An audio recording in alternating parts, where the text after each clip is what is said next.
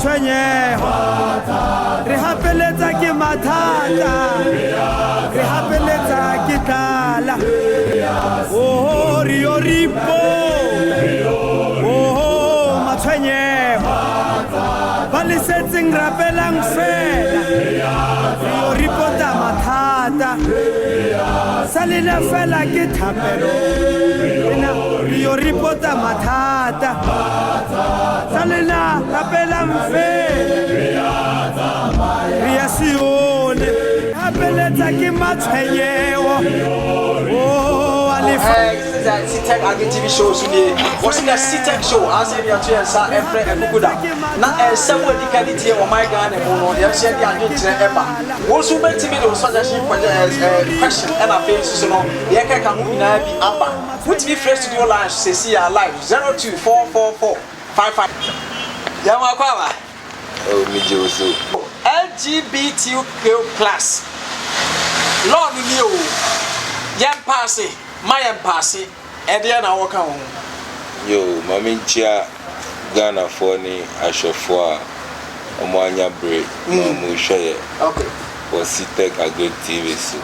We saw Namincha me founder Percival Kofi Akpalu. No founder, incoming president. I Ghana for show my name say this coming 2024 no. Okay. Mudi akonya no be share and sem na yaba power the Ghana brand babe yo makanisa no LGBTQ plus ni minus so said yen bia asema wa betudwa na we be ka say den ni LGBTQ plus yen nyina yen say sa mba ni bema ni sa bi kra ne mwa ne sa bebre ntro mai sa bebre but I say sisi na di ababe jin se mama ebimu ye babe ka ehun asem ye mimi wo ka wo LGBTQ ho asem se yen casti adwin ko over the years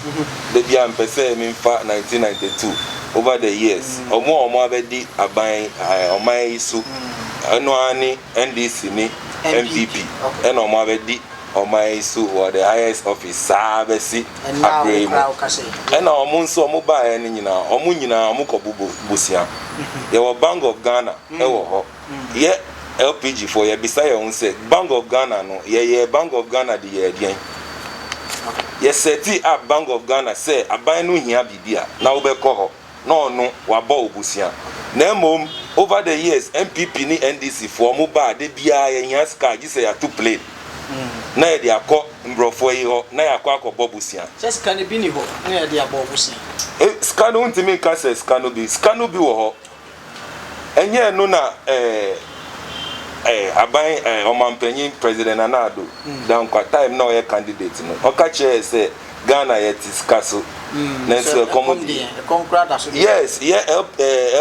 LPG for ye ni ya adwin if you say Ghana ye nim say yampa ye tiskaso and so come the yes if you say scano ye form gold she form what you say diamond she form okay bauxite she form agudie bebre she form aka adwin no ne animdie na ye be dane sa de she form no e de aye de sika na abaye ho alright yeah shifting to LGBT ho na me say me Ghana for history no mo be hu say sa parties bi enu aye NDC MPP omuntimi mboa Ghana for na ye enida ho say we were opposition na asem we ba eso senia we be ka no say MPP so wo power na yes omunyina omunida ho omudi ye nsa akohye dada enu nti na me pese me twi Ghana for adwin bra ho na me mo history say over the years omu no ma be share so and omunyina omu sorry a Bank of Ghana wo ho ye was cancel wo kromu ha de ehia na adwin no say ube kobro ni ho na waka che ni say me pe road na mbo miniska inti betu gold agudie no na ska na wo betu ya me no fa ye achimota tu circle kwan mame asa bembo ye be kwa omu ho akọ bobusia na omu amaye mra say munye ni say ye pe kwan na ye peska enu na ese first thing na Ghana for ye mbisa ye ho ye pempuntuo mpuntuo na ye pe no de na ye be ye mpuntuo no enye sika no nti adenti na de bia ye sorry a ye kobo busia what ya say ye pe mpuntuo no onipa no nso ope ade a ye wo aye agodie no na adenti na ye ntimi nye bata trade ti say oni nipa no beka say mami ma o say na wo so be ye me kwan na obi a ho ato no ba emo ye panyifo no sorry a both MPP and DC this omo sorry ko mbrofo no ho a nkrofo ye nim say omo ya affiliated with LGBTQ ye ko omo ho de bia kobo busia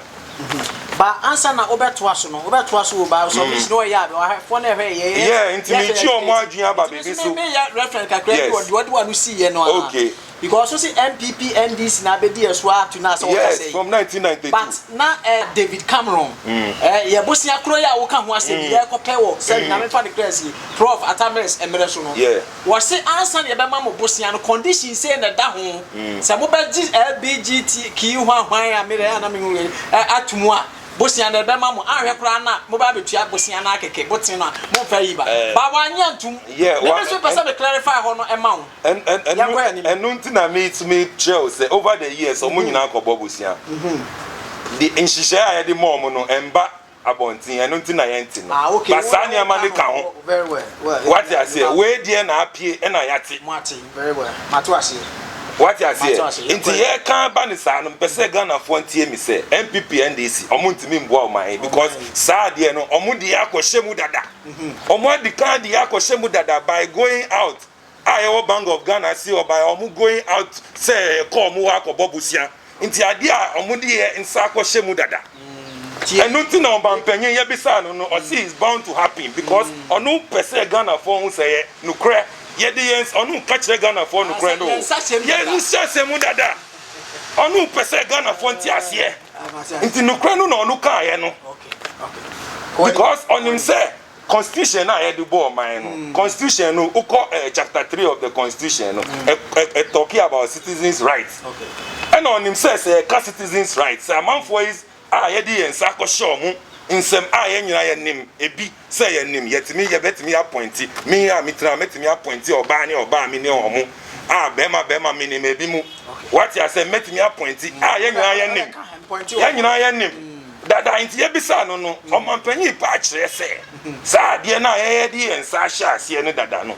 ye mpo ye nim ebi mu mpo ye hunu se we ni we ya nim dada it's bound to happen say nkrofo yi say ye nim na nkrofo yi sorry say see am fight for mo right e betimi aba abemu ye ntimi nya hwi because say see ye kofa ye constitution mu a na omu si omu gina constitution na ye di bu o man no esu Eddie or man who court say I'm fighting for more right. My fact to so Professor Audrey Gadipo, former dean at University of Ghana, Communication Studies. Whatever to see a constitution 1992 no anywhere bet me decriminalize a constitution. Yes. What you say? Inti on my opinion no a lawyer. And I actually him so a lawyer. And on no nim say over the years no. Ye nyina ye de bia ye kolia ye sorry ye kwama no ni e ko bobusia. On him say over the years sa na ye sorry ko bobusia ye kom ho mbrofo yi ho an krofo sa ntrumu fo ye kom ho de bia ko bobusia. Abra ye ho Bank of Ghana si ho. On banpanyin President Nana Addo nim. Enu ti na ye bisa no on pese obetwa ntro ebiso no nani afi. Onye young boy to say NDC for president no ex-president Mahama. Ono a young boy to be chantro. You have to because no, I'm being fair. Serious, I'm being fair. Ono wanyi we or 70 over power no 73. Say on Namahi. What you say? So ono no say ono a young. What you say? Nana Addo agin see no. Inti President Nana Addo who say no on me chantro. He was say on can because ye nyina ye name even though ye political party no. Ya mfunso no dada. By the dia ye come ho e cause atrumu for ko bobusia dada. Anything on no can no kra no say is bound to happen. On fan fa. Na mom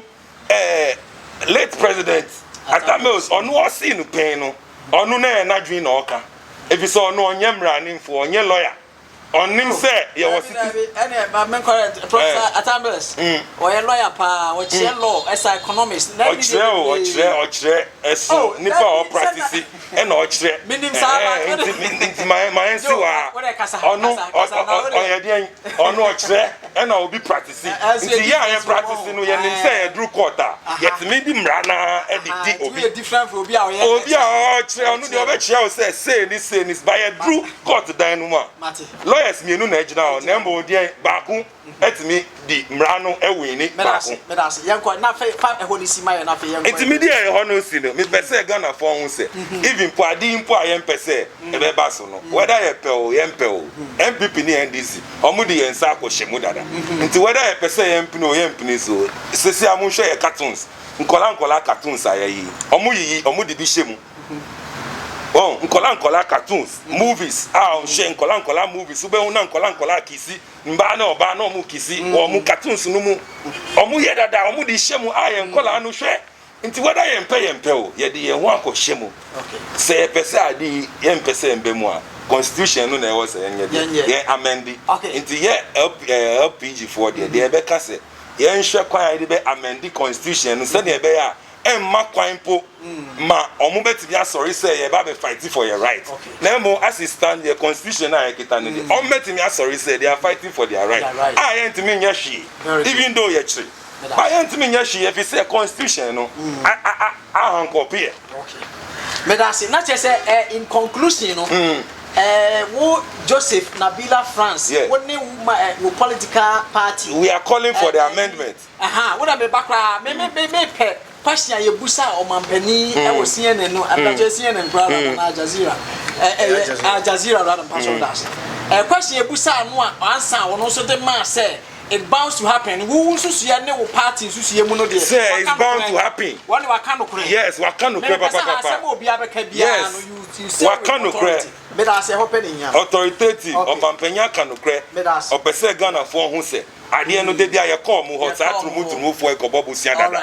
enti so mu si se mu di say ba ye ni ade bia be ye me da say okay Sabre Joseph Nabila France ono so e wo LPG Liberal Party of Ghana founded by Kofi Akpalu where one of their communicators are being ye papa ono so onye ni pafufro e wo fidie ma say ene wa ba be kan ni ho Stephen Asante ho ene de ya omde submission e ba say wa ni ye hwe LGBTQ LGBTQ plus ene ho bills assembly de no akwakoto parliament aye bibio ade kra beto no kra say ko be 7 months ade e bu kra months ye ba bia na process aban bia so eba me da say enu ti no some the penny for ama omo de e we ntia say yete we are all knowing name o de yete say ya so ache ya adwene e wo ho jo ache ne de Steve so ache ne de ama say ti wo a wo so hwe ye no wherever that you are watching us from you can also bring your suggestion question contribution via WhatsApp Facebook YouTube and of course Skype Fanny na bra oba e beje na jimre nyakenkai na ye dia ma we e CTech Agri TV show was if the CTech show we ya to ensafre penny for kudam na ensebo edikadi tie e wo mayi mu ne amanone and even beyond ye de nyina so ebre wo na ene be nyina so etimi koyi e maye samre de emre de tie be boso nyakoye next topic no so se bibi betimi e de ababa ko LGBTQ eno be latter part of the show na no so ye de ababa for now no de na emre de tie mo boso na yenko wo ye second year person discuss e ho no so dia 2021 ye sha se na na ne nkrofo de wo mo se gu wo mo tie na fe de aben wache ade na MMDC yi wo appoint wo mo na mungu so na mo ntra ho na mo nye acting ene ade acting so mo ye so I say e face a toothless bulldog e si bia ni nanum na wote ho ye den na esa so a local governance no sorry local governance no e topic na say ye uche da hu developmental project because this can and ye man ye de ye ene nkrofo ka ho asem a ajebo finally no aban no e the list aba beto ho ama appointments bi ni ade ampa o man penny the list no aba yabobodin nanso no various assemblies and municipalities no ase ebisi yanyintum ebikura ase bi wo mo twi hu protest ene ade ma ebro la themselves and no se nansan ne obi a no so ya bu no ate ase pa che se na me na ye na domatie tia na ya se anya sem ketwa enam abato yi aho bi ni ade eno na me pese ye nche ya adwene e wo ho na me ma case study bi woko Kumasi Metropolitan Assembly a eye KMA twa ne tia no a na assembly de KMA for mayor for na ba na say de na nka efri assembly ya ekro no ano na owura ye frɛ no Sampan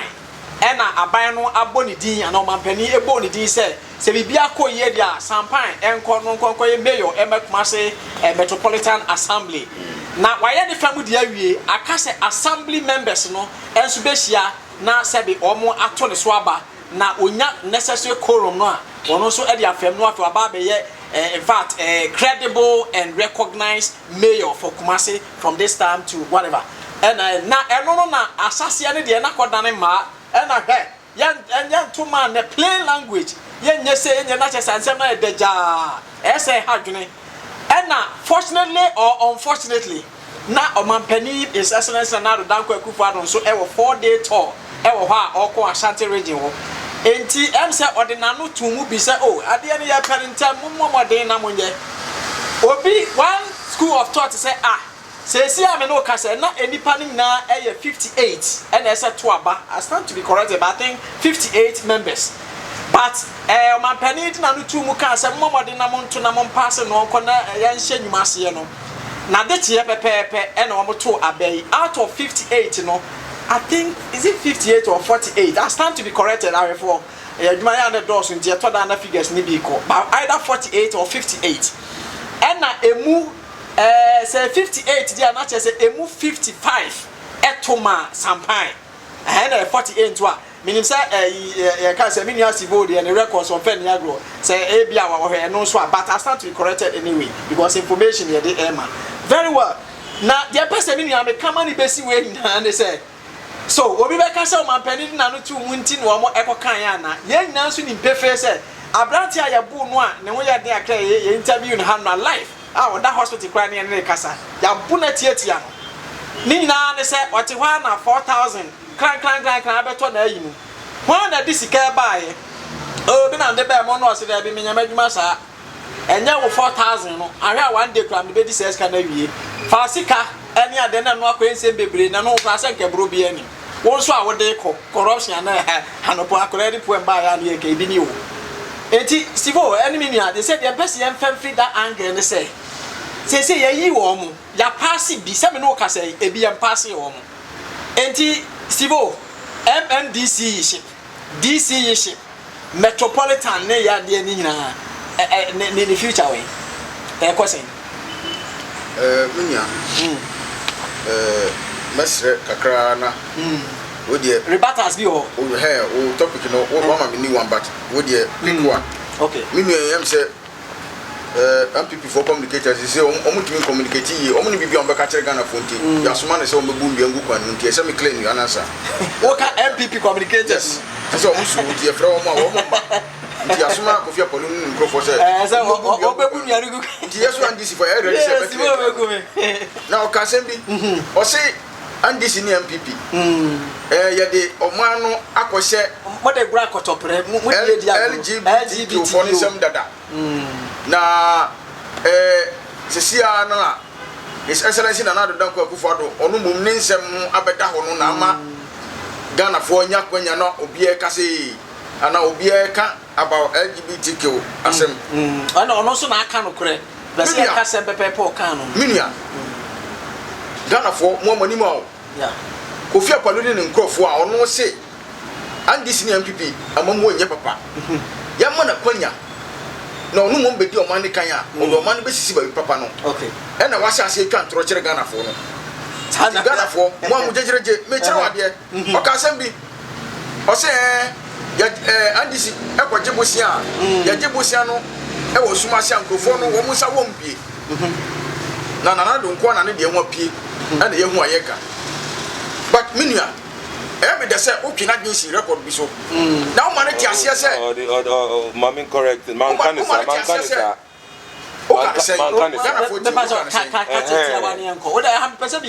we can say ebi mu die no omubo a ye new condition e wa chire e na man bo aban bi ade okay what you say ebi say ye nim say umami Macron there NDC there buy out Nana Addo nso wako ya bisa no what you say omampanyin ex mama nso ya bisa no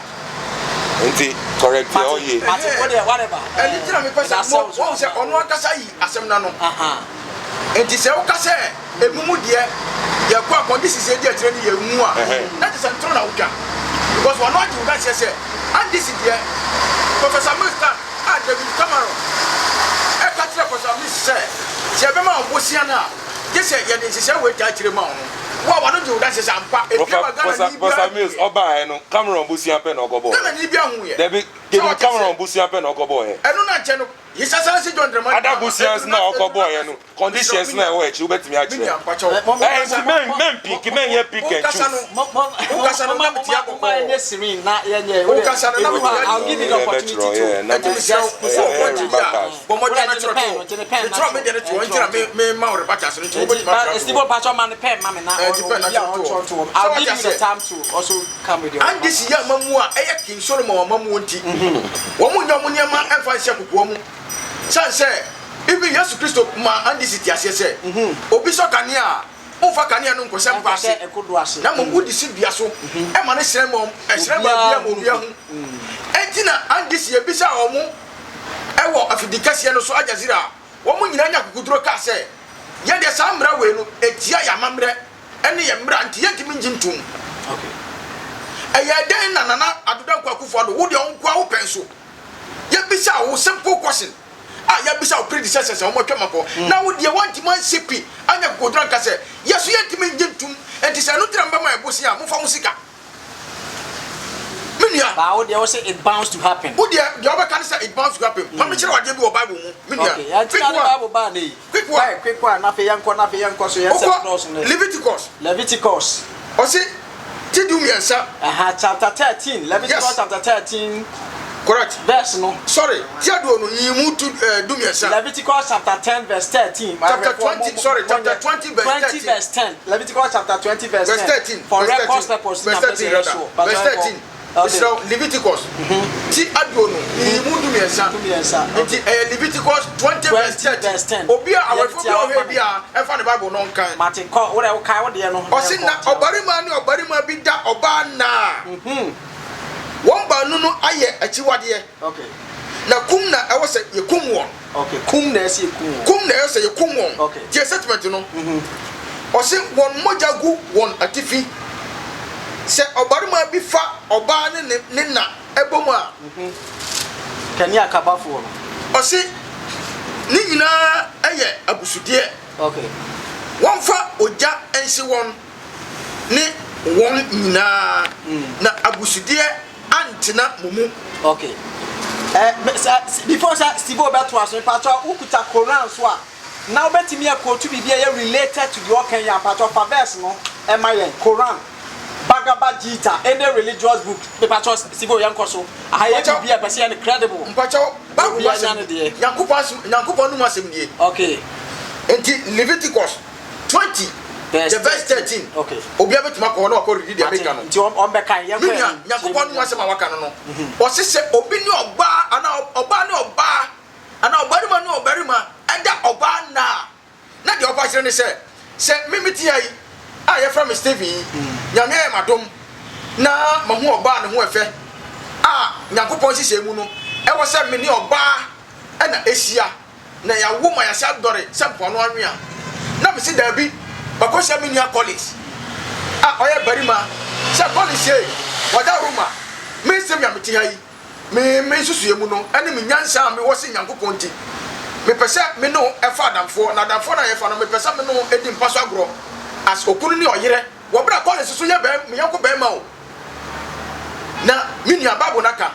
o se at moment e menya so agim mpo no na me ni college betu sa na mo no e wo se kum na e wo se ye kuye okay Yakubu asem ni o asem no wo me nia asem wo ya na claim ase ho no ma yes me de won si ba me pese me ma Ghana fo nyina nya ntiasese very well o mo chichire na ya chichire no enye se ye kofa kanifobia kekese omra na omedi omo nanim because ye hia se ye nya president dabi ɔman no yɛyɛ kandifo a n'adwene mu dɔ yɛyɛ kandifo osoro nyankopɔn yɛyɛ kandifo a wɔyɛ n'adwene sɛ ɔde ne nyansa ne nimdeɛ bɛboa matemamuni ɛho atɔ no na ɔnkɔfa nnome mmerɛ ɔman no saa kandifo no na ɛhia menua yɛ nafa klama mede ɔno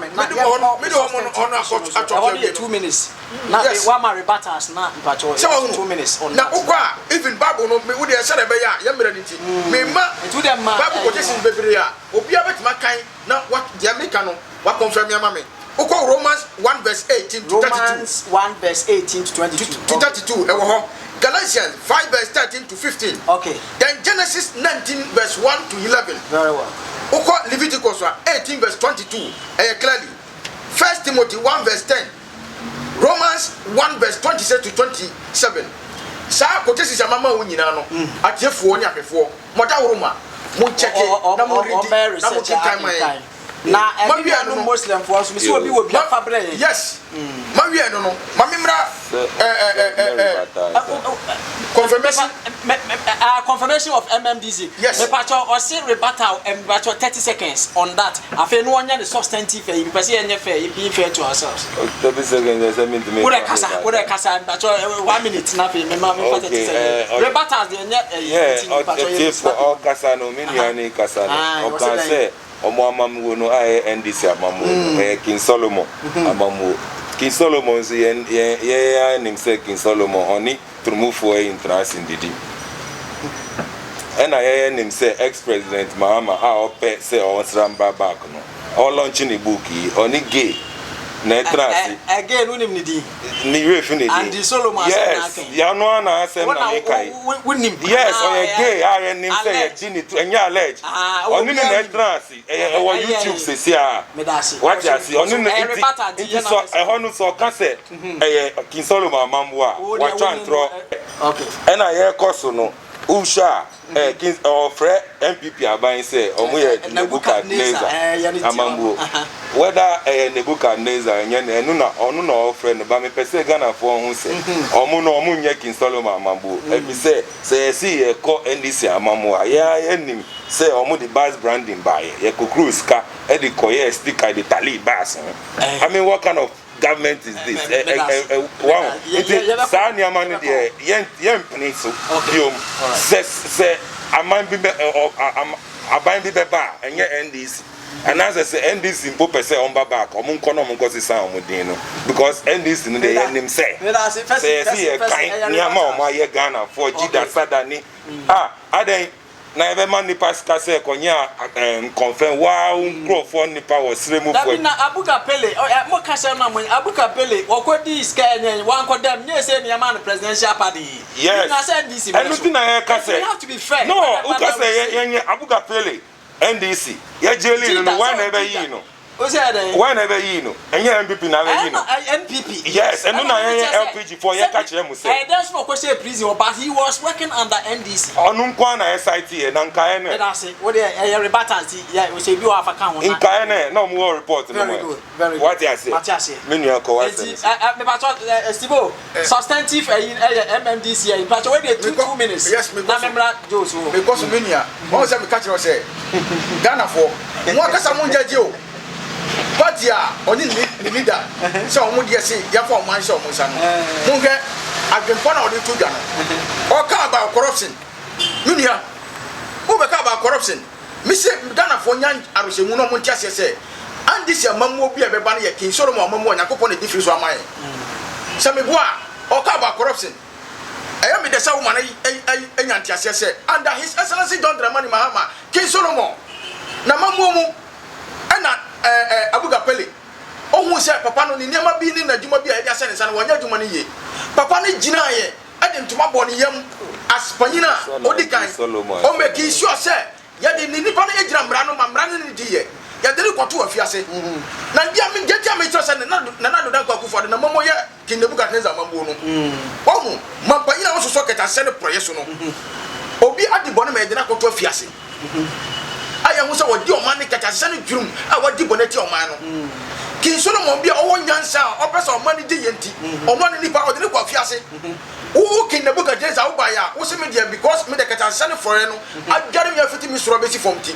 mama ne presidential pardon omra fi no betra sem enidin na me pacho no so e wo constitution no say o presidential pardon ho e say o ma bi yare a o de ye e wom na me nua me sra bisa wo say ye kwa afiase wo a anyanya bia abuka pele nkwa na ese president enye no ni asem presidential pardon na presidential pardon e wo ye constitution no mu ana simple me jitum e wom nti jai kasa ne jai de o kanu de abuka pele nkwa na e wo se ye man presidential pardon e wo afiase wo ana enye no enu ye asem sebe ye kasa ye wo obi a okofa Robertim na kom de no e na odi ye enna ye de gira mra no me de ko tum ya jeli no sadi pone da ho okay muntie 3 no ex-president Mahama na nkrofo nda fiase e na okoyi omu na no unse NDC for no propaganda no agari on I know but mini moderator would you just look up to me one man no esi but friends Sibo one man another instant be say Andrew Solomon is a gay everybody knows all anti the book no former president John Dramani Mahama was there and obi anso nim say na down from no but there na waka on minia no kra bia nim good no kra bia nim very well sa nsem no Ghana fo se mbena na ye kan sama edifa hisasa se John Dramani Mahama ho e ka fa o mo dina ye samre na twam atwam mama obi am metum futuro ngwani me ka kire se enye no kra because waka sa obisa no se nipa na ono ne yesa no ana na ono ti ha ka se sa nipa no di president Mahama si momo e King Solomon me ba King Solomon so ni gay for trans obisa no mani ka se obisa se onim din no o se din ni de onim ma wo bo din bi yeah enti din a wonim no e se na wo din na wo no o jitum se ye no kure me si me we fi din no man ka se me ni atefo me ka kire me se ba me ka na ya duru man ka se me ni me si me we fi din no se me re patas na mo ye deviate me MDC ye ko so no o ka ba corruption na masa baba ko MDC me tell say Ghana for King Nebuchadnezzar his excellency na do da kwa kufu adwa because you can make me si me ba be here back me throw challenge amano say on tell me one single person and one single appointee under his excellency na do da kwa kufu adwa since 2017 7 January yes sure papa we in everything satam na be samre bona ni kata sa akoso no on tell di papa kupa his excellency anya kodro say me de mia kasa minipa agina mra no say mra ni okay me ma obi okay ya ko PPA a dia na nsi wo ho and na PDS 6 months ya Ghana for sika up to now ya time account here okay and na ya public debt adura he 200 billion wa ya bolo no ya misa say and na den ye dia ye okay uka about corruption corruption what call MDC or man the area when it come to corruption dia ma fa is na do da kwa do mam mate ma fa mam no ya president ya in fact Ghana for the go yawo mini ma mra am because there were some other topics last over kaya some topic we discuss wa ma me kan niam bi kire o se mini a o man Ghana ba bia ko no se ya ma eni am